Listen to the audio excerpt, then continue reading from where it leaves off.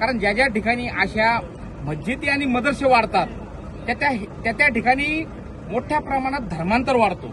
आता मालेगावमध्ये काही दिवसापूर्वी तिथल्या मदरशामध्ये मोठ्या प्रमाणात नकली नोटा छापण्याचे मशीने भेटले. अशा अनेक ठिकाणी ज्या ज्या ठिकाणी मदरसे वाढतील त्या गावामध्ये धर्मांतर मोठ्या प्रमाणात वाढेल. का जर इथं असं काही मोठी मस्जिद झाली भविष्यात, आता तुम्ही परवानगी दिली नाही झाली, तर इथं येणारा माणूस त्यांना जो शिकवायला मौलवी येतो तो खरं भारतीय आहे का, तो ह्या आपल्या महाराष्ट्राचा आहे का, हे सगळं तपासायला पाहिजे. नमस्कार, मी पोपट पिटेकर, नवराष्ट्रमध्ये स्वागत. आज निंबळकमध्ये आहेत आणि आपल्यासोबत सागर भैया बेग आहेत. सागर भैया, काय सांगाल आज इथं तुम्ही येऊन आरती केली? तर या गावामध्ये एक छोटीशी मस्जिद होती, तर ग्रामपंचायती त्याला ना हरकत दाखला पहिले एक दिला.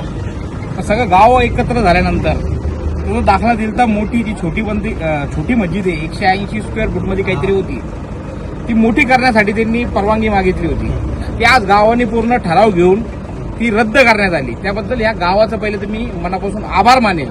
कारण ज्या ज्या ठिकाणी अशा मस्जिदी आणि मदरसे वाढतात त्या ठिकाणी मोठ्या प्रमाणात धर्मांतर वाढतो, असं आजपर्यंतचं रेकॉर्ड आहे. आता मालेगावमध्ये काही दिवसापूर्वी तिथल्या मदरशामध्ये मोठ्या प्रमाणात नकली नोटा छापण्याचे मशीने भेटले. अशा अनेक ठिकाणी ज्या ज्या ठिकाणी मदरसे वाढतील त्या गावामध्ये धर्मांतर मोठ्या प्रमाणात वाढेल.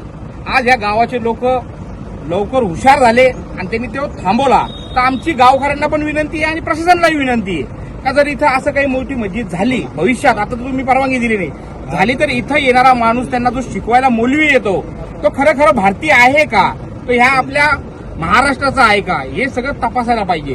तो आलेल्या माणसाचा आधार कार्ड घेऊन व्हेरिफिकेशनसाठी पोलीस स्टेशनला पाठवायला पाहिजे.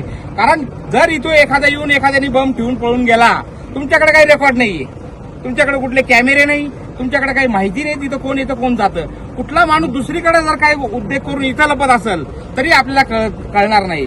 जिथं देशाची सुरक्षा येईल तिथं धर्म पण आपण बाजूला ठेवलं पाहिजे. जिथं देश आला तिथं आपण सर्व एकत्र येऊन त्याला विरोध केला पाहिजे. कारण आपला हिंदूतला माणूस कुठूनही आला तर तो छोट्या मोठ्या केसमध्ये येऊन एखाद्या ठिकाणी लपन, तरी मंदिरात त्याला झोपायला जागा दिली जात नाही. तर तसं यांनाही तो कायदा लागू केला पाहिजे. कुठलाही बाहेरचा माणूस आला तर त्याची आपल्या ग्रामपंचायतला नोंद असावी अशी आम्ही सर्वांना विनंती केली आणि ती सर्वांनी मान्यही केली. त्याबद्दल आम्ही गावाचं मी पूर्ण आभार मानतो. एकीकडे पोलीस प्रशासन असताना या सगळ्या भूमिका तुम्हाला घ्यायची का गरज पडते? नाही, आतापर्यंत काय होतं, पूर्वीपासून जी सरकार होती त्या सरकारने आपल्या लोकांच्या डोक्यामध्ये पूर्ण हा भ्रम टाकून दिला. आता मदरसे म्हणजे आता महाराष्ट्रामध्ये एकूण 500 मदरशालाच परवानगी आहे, पण 500 मदरसे मी तुम्हाला म्हणतो या नगर जिल्ह्यातच असतील. जे इनलिगल मदरसे ते 500 तर नगर जिल्ह्यातच असतील. प्रशासनाने याच्यावर लक्ष घातलं पाहिजे आणि खास करून घातलं पाहिजे. कारण पुण्यामध्ये एका ठिकाणी जागेची परवानगी नसताना आमचं राम मंदिर बांधलं गेलं. त्या राम मंदिरचं एकाने फक्त अर्ज दिला, तोडून गायब करून टाकलं राम मंदिर. कधी गेलं? आत्ताच्या काळात. श्रीरामपूरमध्ये प्रभू श्रीरामाचा मानाचा 50 वर्षापासून झेंडा निघतो. जिथून झेंडा निघतो तो हिंदू बहुलामधून निघतो, जिथे हिंदू बहुल आहे आणि थोड्याच्या पुढे मुसलमान राहतात आणि जात असताना त्याच्यावर दगडफेक झाली. जिथून दगडफेक झाली दोन्ही मस्जिदची दर्ग्याची कुठलीही परवानगी नसताना आणि सगळे अर्ज दिले का तिथं परवानगी नाहीये तरी सुद्धा तोडत नाही. सरकारने लक्ष घेतलं पाहिजे का मुसलमान हा तुम्हाला मतदान करणार नाही, मतदान करणार हिंदू. आज तुम्ही जिथं मंत्री म्हणून बसलेले या हिंदूंनी तुम्हाला बसवलेले. तर या सगळ्या हिंदू समाजाला मी विनंती करतो, जर सरकार कुठलंही आपल्या धर्माच्या बाजूने उभं राहत नसेल तर येणाऱ्या इलेक्शनमध्ये त्यांच्यावर बहिष्कार घातला पाहिजे. हे होते सागर बेग आणि यांची रोखठोक भूमिका मांडलेली आहे. पोपट पिटेकर, निंबळक, अहिल्यानगर.